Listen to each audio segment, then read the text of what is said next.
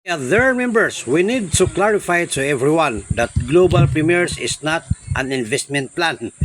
With your membership and subscription after lunch, so kasi after lunch talaga, no? Paid members will be getting advertising credits and traffic balance. So, yun na nga yung sinabi ko na yung mga paid members, magkaroon sila ng advertising credits na pwede sila makapag-advertise kung anong business nila. At parang sa Facebook, di ba nagbabayad tayo? Di ba sa Facebook, nagbabayad tayo ng advertisement kaya Facebook ads, yung nakita nyo mga sponsor. For dito guys, libre na pag ikaw ay paid member.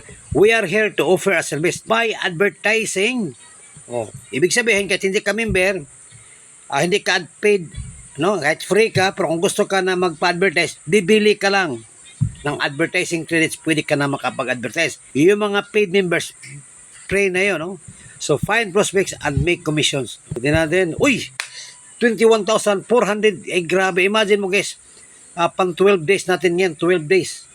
Kung more or less mga 1,800 katao ang per day ang nag-sign up. Grabe, by pit malo, no?